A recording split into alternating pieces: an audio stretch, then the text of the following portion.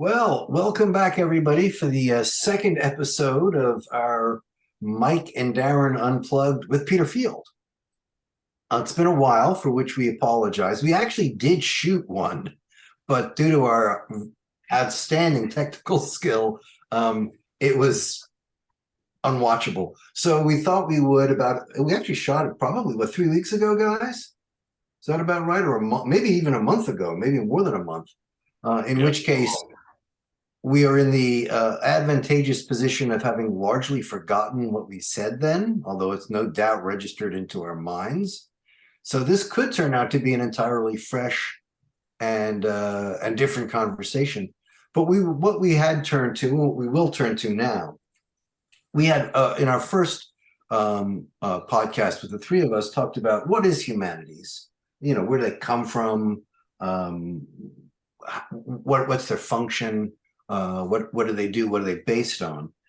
And I thought today we would talk about what is the state of the humanities? Where are they today? What are they doing today? How are they doing today? And for that status report, the obvious person to turn to is the Dean of Humanities, Professor Field. Well, thank you for that, Darren. Yes, I'm going to speak of humanities in the singular, but it can certainly be in the plural as well as you had it.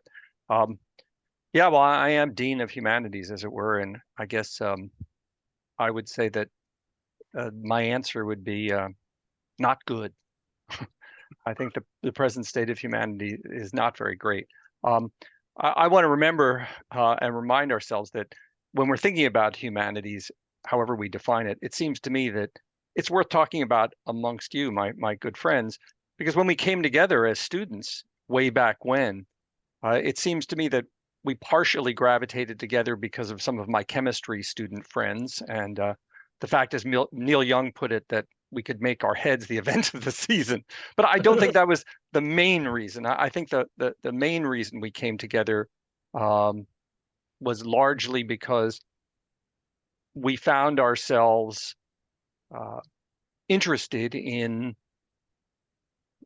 something broader than just history where we were, and something broader than the narrow discipline, that we wanted a bigger canvas around humanities.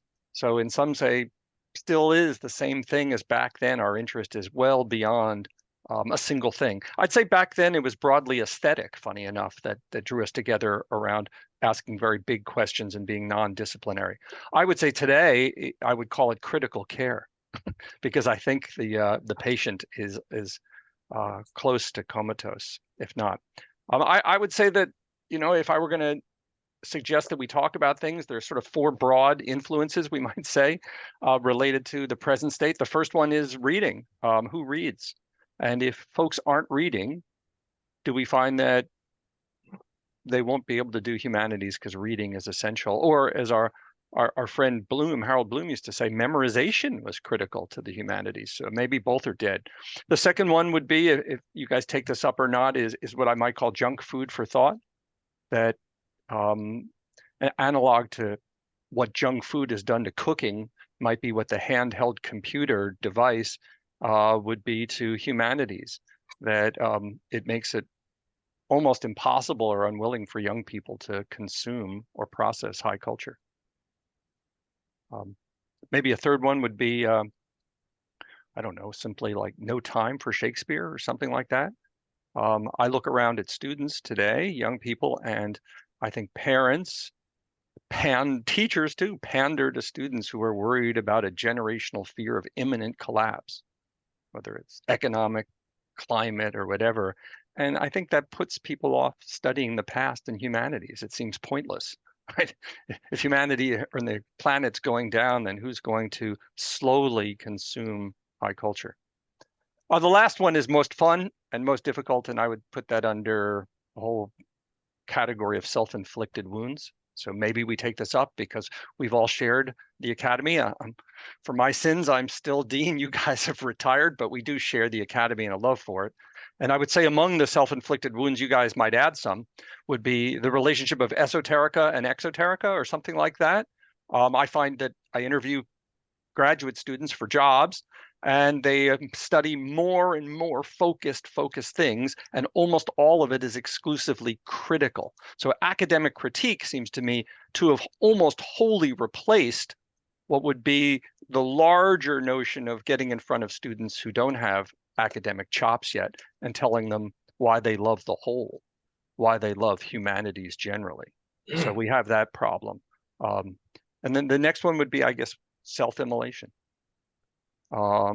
There's a hunger in the humanities to tear things down. It's been there for a generation at least, and they've done a hell of a job of tearing things down instead of building anything up. And then there's a general loathing of the human.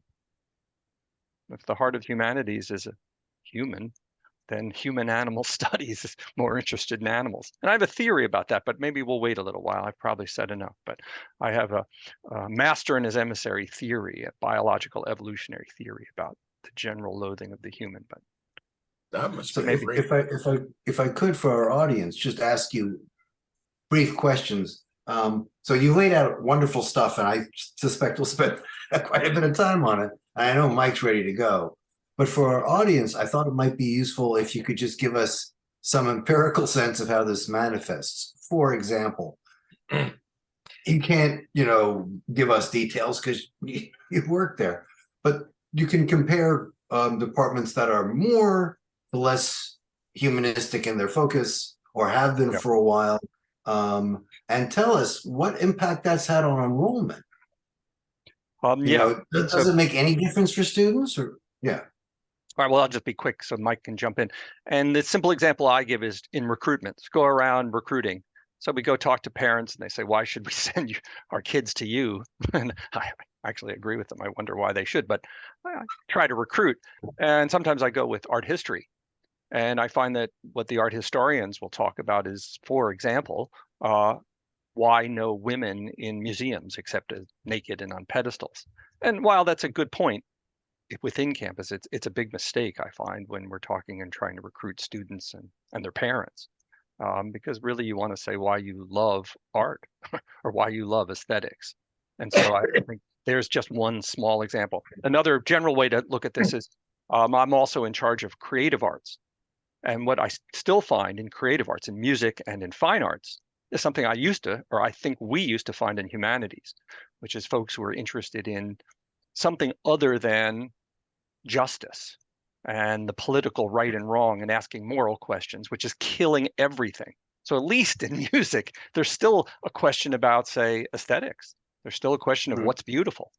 And that is largely missing to answer your question specifically, Darren, in history, English, philosophy, that's disappearing rapidly. And is there an attendant displacement in enrollment? I mean, I know, for example, in the United States, and it may be a different situation in New Zealand, one discipline of the humanities after another went postmodern and critical, as you put it. And I think that's actually I hadn't thought of it. That's probably the right word, is critical. And you could see each one within like a lag time of 5 years, enrollments start dropping dramatically. And I remember saying to my colleagues like 12 years ago, guys, because we started going down that road of teaching graduate school to undergraduates, which is like, why not teach them theology while you're at it? Anyway, it was just that dry. And, I said, look, we still have decent majors in history compared to these other disciplines, because we still tell the big stories and it's wonder and it's joy and like, no, we have a narrative and it's time for us to put our nose. And I don't know how the exact numbers, but enrollments in history in the United States have just cratered. I mean, people will take the courses, but what is the point of majoring in this? I guess I need to learn to code. Well, we don't want to blame the students for that. We want to blame someone else, don't we? I think. No, they're Anyway, I'm sorry, Mike. I just wanted to put that out for the audience, that this is not just like a bunch of cranky old guys saying, "Hey, things ain't like they used to be." No, the number of historians who are going to be working in a few years in universities is going to start declining dramatically. And the number of majors have about halved in the country. I mean, half of them have said, no, thank you very much.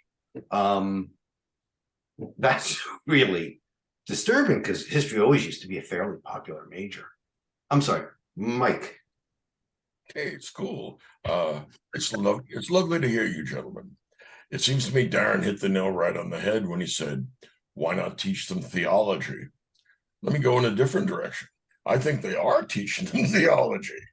In other words, I think all these soft sciences, which has been captured by what some people call loosely call a mind virus, are in fact religious enthusiasts. So what happened when we established these disciplines about 30 years ago, we're all here old enough to remember that, was that we created essentially seminaries for a particular kind of political missionary. So these people don't have regular jobs because this doesn't prepare you to code or to do anything practical. Instead, it prepares you to be critical and to find things problematic. And so now you have people who are unsatisfiable and who have more education than income because they don't produce very much. I mean, that's the tragedy of the PhD barista. And the difficulty that we have in the humanities is that it's been taken over by religious enthusiasm. I don't mean that as a metaphor. I think as John McWhorter might. I mean it literally. The progress from, say, the fanatics, the flagellants of the Middle Ages, who are a small group of people that understood how sinful everybody was and used to beat themselves. This leads right to, in my view, Puritanism, and from Puritanism to Jacobinism, from there to Bolshevism, from there to any of the 20th and 21st century minor explosions of social discord, like something like the Red Guard or the Cambodian communists. So my point is this: we now have a society with lots of free-floating missionaries. And wherever they find a job, they begin to proselytize and they begin to demand changes to accommodate their religion, because we make religious accommodations for all kinds of people. So we're going to make a new set of religious accommodations for a new religion. Now, me, I admire and like religion, but I also am conscious of its limitations. And the problem is that they're going beyond reason, and because they have a critique of reason, and reason is problematic and all that rubbish. And the problem is, in getting beyond reason, they end up beneath it. Well, let me ask you a couple questions about that. One of which is, it seems that if it's religion, it would have an idea of sin. And I would say that this young generation absolutely has an idea of sin and sinners, and a very clear sense of where the evil is, very Manichaean. But where is the idea of forgiveness, which also often is found in religion, and I find it very wanting here. It's a debauched Christianity. They kept the idea of sin, from which they get a very high self-regard because they're the ones who understand how sinful everybody is. So it's actually an ego trip, like Angelo in Shakespeare's Measure for Measure. But you have to keep that quiet and pretend that being on the vanguard is just part of your sensitive nature and that you're one of the good white people. Or actually you're one of the woke people. You're one of the people who are awake, who understands that we live in a world of sin, and that the protection of that comes from the creation of what's allegedly an external world, but which in fact is the matrix. Well, so my question is, well, I have several questions. One, aside from that, how did you like to play Mrs. Lincoln? I mean, you haven't seen it, right? I'm currently writing on Dawn of Everything. You haven't seen Mrs. Lincoln yet. I'm sure we will. Okay, but my other is, I mean, if we could focus more on the humanities, which is to say, what you're laying out is a real problem. And it's certainly a problem for our society. It's definitely a problem for our culture and our high culture.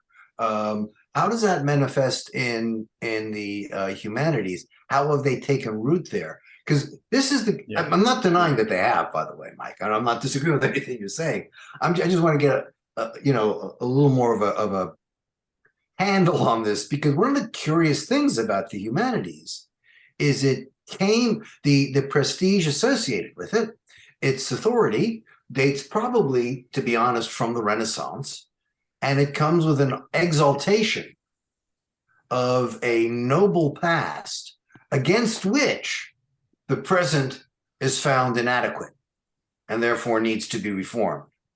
Where now people trained in that ethos now hold the opposite of each of those beliefs. How has that happened? Where it's almost like, what is it called? The Ouroboros, where the snake eats its own tail. Yeah. We've reached that point where it's, I mean, and I think Peter hit on this too. It's a self-negating spirit, right? Because insofar as one says, my work in the humanities has revealed to me that this is a civilized or a high culture seeped in whatever oppressive and exploitive structures or systems. And since that's your expertise and what you get paid for, wouldn't that necessitate your exile from society? Or you desire if your beliefs are true. I don't know. When do we start making reference? Because I'd love to trot out Nietzsche here and suggest that, it's an interesting question when Nietzsche brings up God being dead. I don't think he means that the human need for religion is gone. I think he's just saying that one form of it is gone. And we're fooling ourselves if we think that the human need for some sort of religion or greater than oneself is there. And he calls that the shadows of God, which will last for centuries. Well, there we go. So we're looking for those. And if you've got what nature abhors a vacuum, maybe humans abhor a vacuum of religion. And so we're filling it in. We're desperately trying to fill it in with shadows. In one sense is they're religious. Sorry, in one sense, the young people are religious in the way Michael says. In another way, we look around the world and we think it's irreligious. Christianity is on its way out, to be sure. Judaism, probably. I'm not sure where Islam is, but surely in the West, among the affluent, on the one hand, they're not religious. On the other hand, we're saying that they're deeply religious in some way. That's what humanities is become.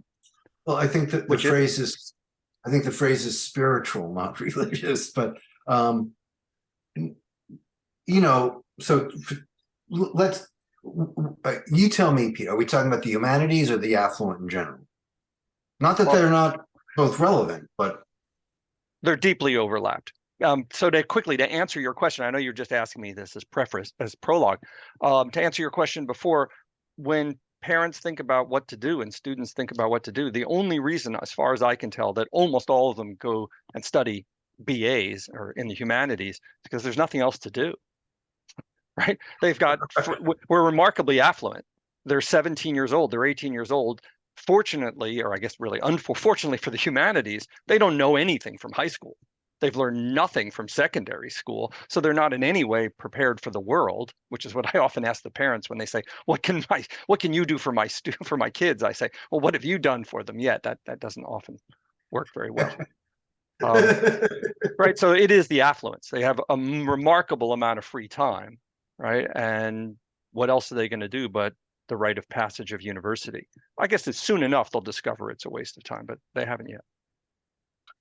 So if I can, let me distinguish between two things. One is the acting out among students that we sometimes see, and the sort of weird behaviors from old guys' points of view. And the other is the teaching and research and presentation of humanistic scholarship. Because Mike's done excellent historical work on how boys will be boys. And yeah, I'm sorry, part of being, exactly spicy boys, part of being all in there and, chesty at 19 is being 19. right? I mean, what that's about is, why do the adults just not say, well, that's sweet. Now go sit down and be quiet. Adults got work to do now. Mm. That's I think the more interesting question, but that's a separate question. Another one is, if you guys are right and we're seeing self-refuting critical stuff, what are the elements that come to make this stew together? I mean, Mike mentions religious enthusiasm. He also mentions a material factor, overproduction of high culture or of humanistic intellectuals for the market. Peter mentions declined reading skills. Let's see, what else do we have here? And that wonderful idea of declined cognitive skills, junk food for thought. So are all of those essential to what we're seeing as the problem of the humanities through this frontal assault or loss of confidence, however you want to put it, or are some just incidental and not good, and others more critical? Well, I mean, let me take a crack, if I might, just briefly. I think what drives it is the will to power, that intellectuals have been frustrated because they don't run society since the time of Plato. They think that because I'm smart, I should be the boss. But in fact, that doesn't follow. And, Lenin was really smart, but they couldn't make the economy work. So there's a lot of resentment. And you talked a lot about negation. Remember the great line from Goethe's Faust, where Mephistopheles says, "I am the spirit which negates." Well, they've decided, that they'd like to have a romantic explosion rather than integrate themselves in a subordinate position. In other words, there's a lot of ego in this, and also, as Harold Bloom pointed out, I'll leave Alan out for now. Resentment. Resentment. I was just coming to that. There are two stances towards life. Let me take a guess at this. Okay, you can be resentful, or you can be grateful. Now, if you're resentful, you have to be resentful against something, and it turns out to be somebody that you identify as your enemy. White privilege or white men or some such stuff. On the other hand, if you are going to be grateful, you have to ask who you're going to be grateful to, and this is the avenue towards religious belief, because it's going to go one way or the other. Okay. I'll take a very different stab. Good. Unless we want to answer. No, just a very different stab. That, decline of humanities is a decline of a certain sense of the value of the human. So I'll go the other way and think that there's a failure there. And I'm wondering if there isn't a relationship, and we could bring out our friend who wrote Master and Emissary, McGilchrist, and try to think of a very reductive answer. I won't go too far with this, or people will turn us off. But the fact is, we have very, very little in relationship to being preyed upon anymore, right? So I think for much of human history, we were predators, but we were also prey. And that balance, I think, reminded us that humans are this wonderful thing, that we're predators, but we're in a world of predation and we're preyed upon. And in a world where there is virtually no threat to us in that way, and for most folks who are very protected, there's no threat. If there's no sense that we're going to be prey, then all humans is predators in a benign world. And so I think that leads to a kind of move that says, study humanities, find gratitude for being human. No, look at what the humans have done to the planet.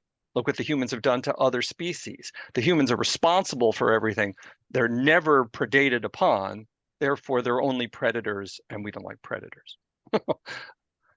It's a kind of tough view, but I wonder if there isn't something about that that means the end of humanities, as long as you find that all you would be studying is apologetics for an apex predator. So humanities dies in misanthropy. It does. Yeah. But Okay. that's an understatement, I would say. A desperate sense that wouldn't it be good to have a better world without humans? And one finds this in various aspects of the humanities, as you know. I don't know if you're familiar with Vehement. You can look it up online. It's the voluntary human extinction movement. I'm not making this up. I believe. You're onto something there, Peter. There is a desire not only not to exist, but they would like everybody else not to exist too, which actually seems to be a great deal to ask. I mean, if you don't want to exist, that's up to you. But that everybody else should stop existing because you want to, that just seems to go too far. If you don't want to be vehement, that's just a sign that you're an apex predator. See, there we go. There you go. Predation is bad, of course. What do you want lions to do? Eat grass? I mean, that would be the question from the Greeks. But let me go in a different direction here. You talked about the reduction in religiosity and the increase in religious fanaticism. What I would say is, and people say, well, this is a shift in the way people think about the world. Well, that's true, but I don't think it's a shift in metaphysics. In other words, I don't think some external architectonic structure has changed. I think that stayed the same. What we did was move from a set of language games which were focused and which were both stylistic and grammatical, which focused on God and religion. That ended with the wars of the Reformation. Thereafter, we had a set of grammar and a set of stylistic rules, which moved the focus from God to nature. And what the result was is that we think we're fighting over a different, and we have a tremendous difference because we're arguing for and against different metaphysics. No, this isn't. Remember what Wittgenstein says? Metaphysics is the shadow cast upon our understanding by grammar. So what I'm saying is that we're having fights over grammatical and stylistic rules, not over metaphysics, not over whether God exists or not, but rather whether we put being or non-being before God. And that's the set of socially constructed rules. And there's nothing to argue about it. Also, there's no change except the veneer of words that you put on it. Well, if it's just a matter of a veneer of words, then I suspect we're probably making much ado about nothing. No, because people engage in the same sort of antisocial, destructive madness that they did back in the age of religious belief. We were told by the Enlightenment that reason was going to solve all our problems, and it was oversold because it turns out that we become fanatical about something else when we change the focus from God to reason or science or nature or something like that. You didn't change the thing, you just changed the way we talked about it. Mm-hmm. It's a different protocol. All right, so Darren, it's your turn, but I'm going to ask you this then. I'm a little confused by Mike because I consider enlightenment to be one aspect, one moment in this large evolution of humanities. It's part of humanities, right? And I'm a little confused then because I thought the core of humanities was a certain kind of perspective, even humility. And so Mike's saying, no, the Enlightenment is the lack of humility, right? We could even do it syntactically, right? We never are passive. It's always active. The human doing this, choosing this, doing this, right? We're not if you want to use syntactical constructions, not passive, where God is doing something to us or some greater being, right? That we and our reason are in control of everything. But that seems to be a fairly new idea, right? Don't the folks in humanities connect themselves to many other things that generate a language, a vocabulary, if not a syntax and grammar of humility? That was back in the day when the humanities attempted to create appreciation rather than critique. Well, then it is still ours. It's still then part of, maybe what you're looking for is a dryness in our vocabulary. I wish whatever our new religion is, that it had a better vocabulary. Actually, I think that Judaism and Christianity and Islam had a much better, much richer vocabulary for Why would that be surprising, given that they're thousands of years older? That's right. And having a richer vocabulary is a great way to talk to students and parents and just regular people about irregular and extraordinary stuff. I think we have a very thin vocabulary now in the humanities and young people. They have such a lack of gratitude, so they're not really exploring any new vocabulary. Well, there are a couple of them. For example, problematic. Everything is problematic. Or even worse, I mean, the word I like least, lens. I'm looking through an XYZ lens, which is my apology to you for not having any reasonable self-criticism. I've decided that the ABC lens is the way I'm going to look at things, and I expect all of you to dance around me and tell me how smart I am. Oh, please. The point of getting an education is, insofar as possible, to remove the lenses and see the world as it really is. Now, if the world really isn't anything, then we should all go get honest work. Mm-hmm. I mean, okay. So do you well, so let me ask, this lens talk, do you sense that these are in fact perspectival idealists? The world is just the way we think of it, and the way we think of it is just a matter of perspective. They're solipsistic skeptics. Okay. Come on, but Darren, you answer your own question, because obviously we don't feel that way, right? That they may act it, they may play the game of thinking that each person their own lens, but certainly they're desperate for a kind of you got a lot of totalizing view of the world. So when we say they now, we're not talking about all humanists, right? We're talking about the subset that Mike attributes enthusiasm to. Okay. Or resentment. Right. Who find problematic discourses that subsume the alterity of non-cisgendered heteronormative agents who are made invisible in their otherness by hidden substructures of discursive violence. That's what we're talking about, right? Okay. Yeah, all too nice. That's baby talk. There's no semantic reference to any of that crap. In other words, if I say, Peter, you're exploiting your employees, that has, I don't like it. And clearly then, and I'd love to be slapped around. Strong letter to follow. Strong letter to follow. Darren just straightens me right out. So in the humanities, actually, we're working our way up to Dr. Seuss. Eventually, we'll get to A.A. Milne, right? But we're working our way up to Dr. Seuss. Yes, not until it's been censored for us, so it's not to make anyone feel any discomfort. But I mean, so this, I think, if there's something, because look, we're talking about, and I think everything you guys have said is right. I've gotten them written down, and I had another sheet over here, the things I wanted to talk about, and they're almost identical. But one thing you haven't noticed is this. We've had self-loathing eggheads for some time now. And we've had, as Mike says, a new class on the rise to power, not just since Plato, but really have taken off and expressed really crazy ideology since the 1870s, certainly in the early part of the 20th century. I mean, it is as academics, we know it is a very well-kept secret. Who supported the totalitarianisms and who led them? All of them. Fascism and Nazism too. It was all the learned. And yeah, right, us. Right. So we've had a sickness for a while.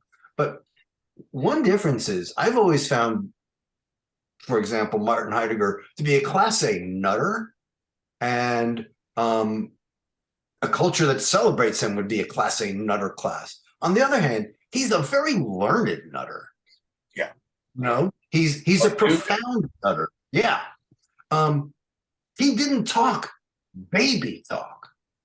And that, I think, will represent, because the humanities can probably survive nuttiness, right? It has. We did survive. Right, it has. I don't know that it can survive baby talk. So that's new, right? I mean, I don't know when that begins. It certainly begins outside of the humanities in the therapeutic talk of left-wing Yes. splinter groups starting in the early 1970s.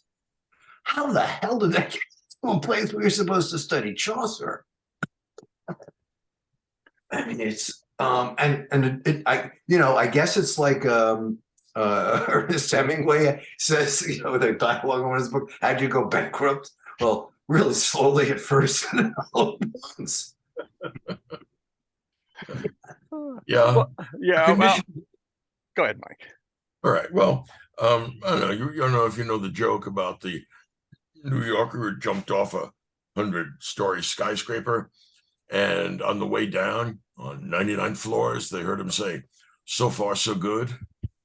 Well, that's kind of where the humanities, I think, are now. I think that they deserve to be destroyed. Not forever, but what we have now deserves to be eliminated. There's no doubt about that. or at least the part of it that we're talking about. Because there may well be hidden people living sub rosa that still do the work. They All just right, so let's separate two things. And by the way, we always interrupt you, but this is the way it goes. I was voted most likely to interrupt in high school, I think. That let's maybe have another chat about the future, and we're still with the present state, and stick with the present state. But in the present state, surely we don't want to write off humanities. We may think that they may be terminated or it may be terminal, but I think the three of us are engaged in an affair which is an affair of love. If we're going to survive somehow as a species, then humanities somehow should be at the core of that. And I don't mean a narrow set of disciplines. I mean exactly the opposite. So I think you want to be specific, Mike. You don't mean that humanities should end. You just think the folks who are involved in it, thank you, should end. Fair enough. Right. And why? What do you want to? What would you do about it? What would you do? Neutron bomb? I would cut the funding. I mean, a fair number of these people are just grifters looking to make something on, jumping on the bandwagon. So I would cut the funding, and then I might reorganize high culture by putting a little more pressure on the foundations, the tax-free foundations that support major universities. They need to be paid to be paying their fair share. And the top 20, the biggest 20 universities in America account for an awful lot of capital. So yeah, I think that they should start kicking back in a number of ways. I think they should be taxed, say 1% a year, won't kill them. And I think that if they should be taxed at 2% a year, if they actually charge tuition to students. I mean, Harvard's got like $40 billion under investment. They can come across with the cost of tuition, for God's sake. The rapacity of our leadership is truly worrisome and dangerous. The book that I think is most important on that is Michael Lynn's The Managerial Elite. The top 10% have been a truly astonishing collection of human locusts. And I mean, me and you and the rest of the people we hang around with, the shot callers. And we need to turn things around. And that's not a part of it. That means we've just messed up America. Wow, I was thinking some more minor and practical things, but clearly it is a root and branch problem. I think we agree. But I still am in the academy, and I find I struggle all the time with ever having a discussion about agon.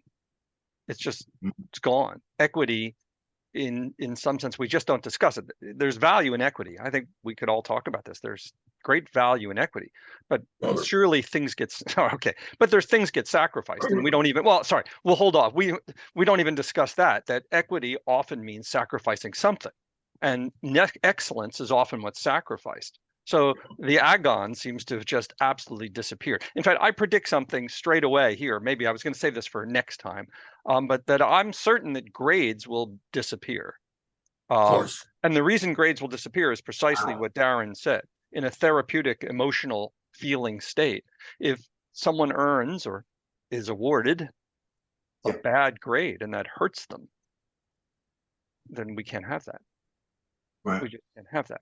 Which leads us again, maybe next time, to discussion of why we seem to have shifted entirely from thinking that agonistes is in some sense useful to everything being about how people feel. And if they feel Yeah, bad, and wonderfully put, because not in some sense useful, fundamentally central, right? The sine qua non of having a high culture is the agon of what's high here and what's great. You know, and the artists or critics who strive for it sacrifice often everything. So one thing that struck me, I couldn't help laughing. I wasn't laughing at you. I think your points are wonderful. you probably were. But no, quite the opposite. But one of the things that Mike pointed out quite rightly in a place like Harvard is that here's this educational institution that has an incredible amount of wealth associated with it, right? But think about how that happens, Mike.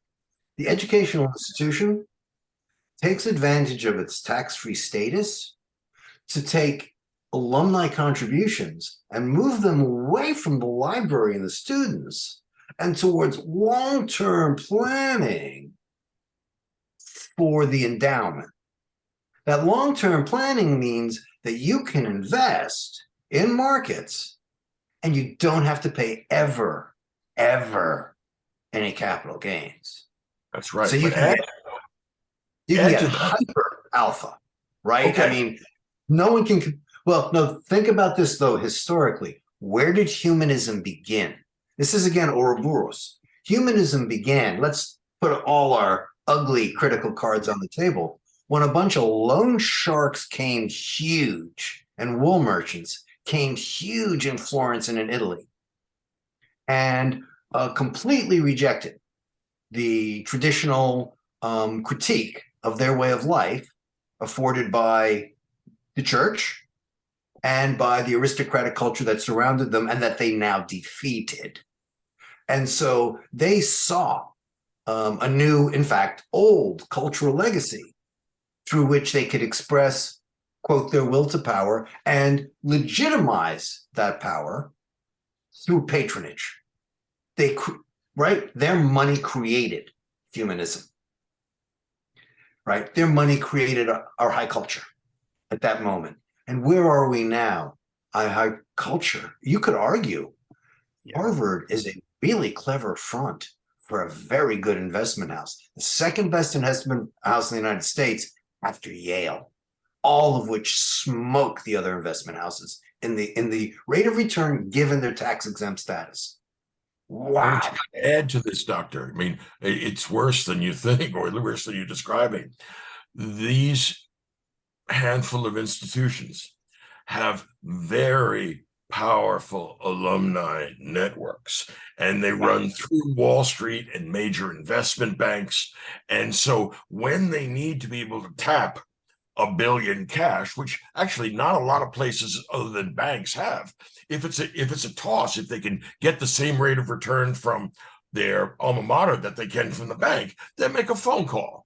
And everybody knows everybody else, and you can move the money around with a greater degree of safety and a greater degree of return because these networks have been built up over time. I mean, there are a number of banks like Citibank that are known to be Yale banks. You go there, and if you want to run things, you're going to have the right handshake. Well, this is interesting. This is the Kotkin thesis, and we're seeing it played out now in our conversation about the humanities, which is the Ouroboros has turned, right? The feudal era ended with, in Italy at least, with a grand bourgeoisie, in Northern Europe with a petit bourgeois, smaller bourgeoisie, pulling the polis out of the grip, the death grip of the aristocrats, and to some extent the church too. And now how is it ending? The exact opposite process. What you're describing is essentially the feudal structure, right? Where everybody knows everybody else and makes deals. And look, these guys have money. They have real say over what happens at university, these trustees. And everyone thinks they're spineless. Well, they may be spineless, or they may be also just paying indulgences. Yeah. I they think, just- look, I think I think humanities is taught so badly, and the universities are doing such a bad job that we should be quiet. We should let them get on with the business of business. Maybe that's good, right? If they just stop teaching, I think we're better off. Well, I mean, look, at new faculty members in certain departments, a real famous and messed up department is Princeton's Department of Classics. They just fired a professor really because they didn't like his political views. I mean, they trumped up something about his sex life. But I mean, look, if they were to adopt that standard consistently, we'd have Who'd a real escape a whipping? Who'd escape Right. a whipping? Well, you would have a decimation in the literal sense of the faculty, at least 10%. Let's let that go, right? Daniel Padilla L., the new woke classics professor at Princeton. Right. I think he's an associate now. He wants to end and destroy the entire discipline of classics because it's an example of white supremacy. Well, he Now, certainly wants to transform it. Yeah. No. Well, I he see wants- he said outright that he thinks it should be destroyed.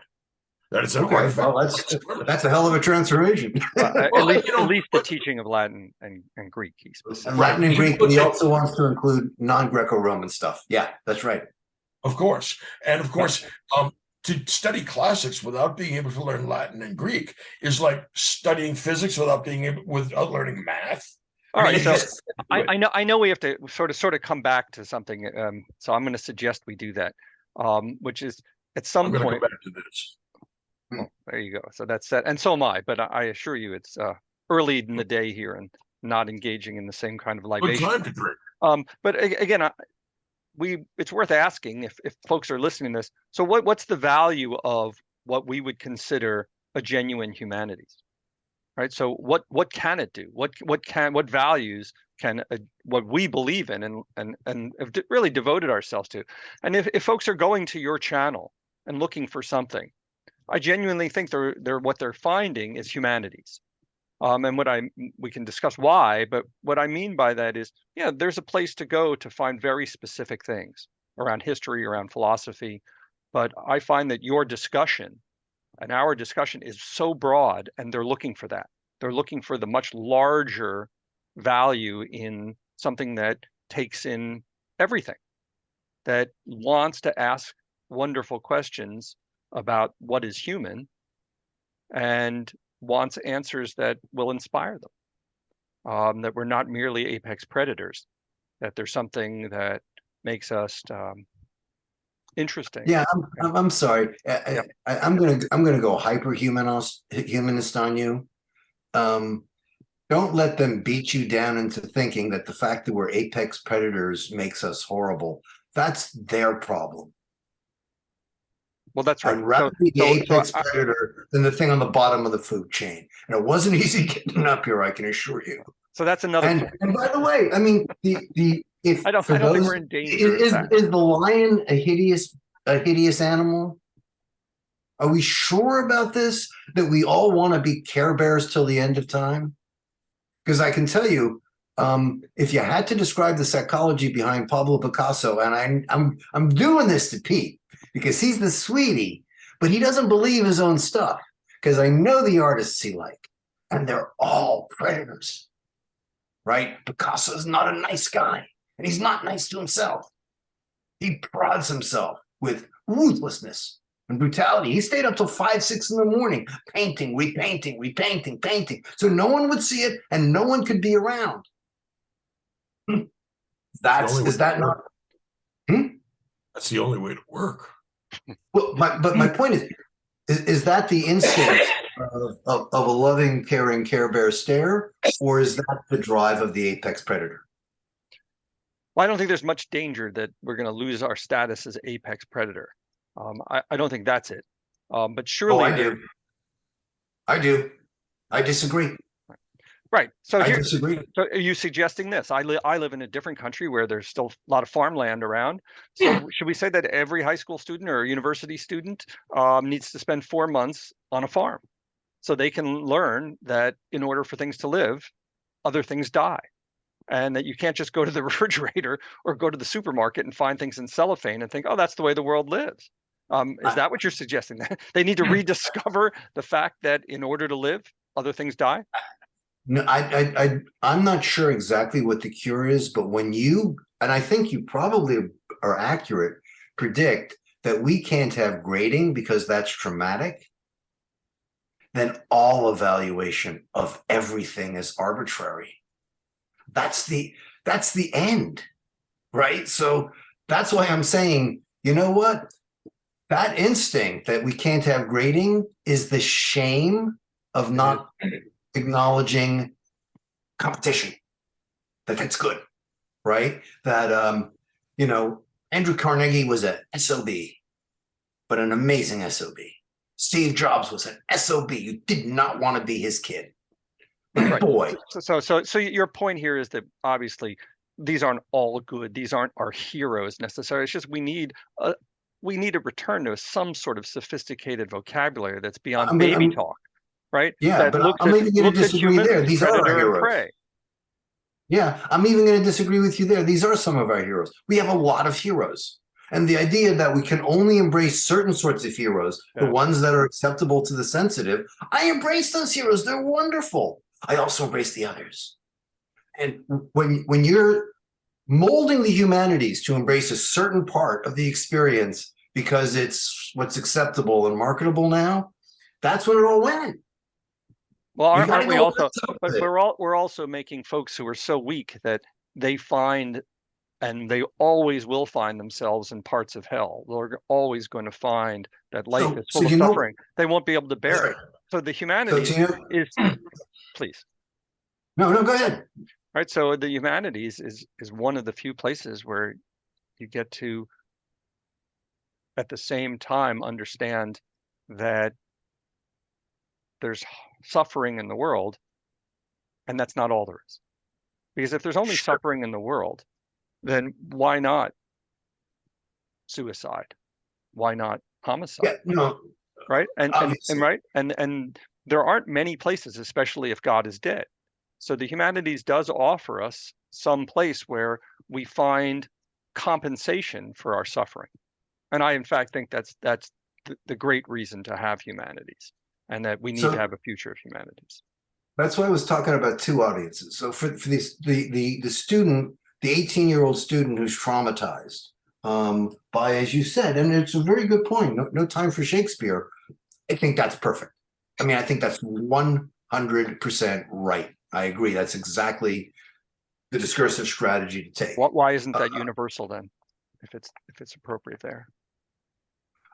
Because they're coming in traumatized. And you're telling them, we see the suffering, but there's beauty here too. Well, but hold it. If they're not traumatized already, or if they're going to be at the next stage of humanism, which is the creation of humanistic culture or the criticism of humanistic culture and the appreciation of it, they can't just say Richard III's a bad guy, but, you know, in the end, Henry Tudor wins. They also have to say, and that Iago is a son of a you-know-what, and what a fascinating character he is.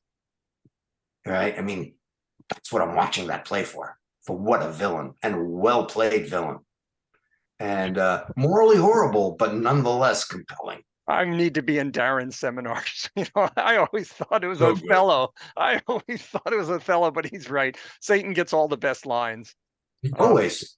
Look, guys, I think we're going to have to pretty much cut this off. At least I'm going to have to. But I just want to, you know, in my own way, you know, make a case for humanities. It's not that we're denigrating humanities. Humanities is beautiful. It's what I've always found enjoyable and thoughtful in you, and that you won't stop, and nor should we, because I'm going to quote a friend from Canada that you like. I think you won't like what comes after humanities.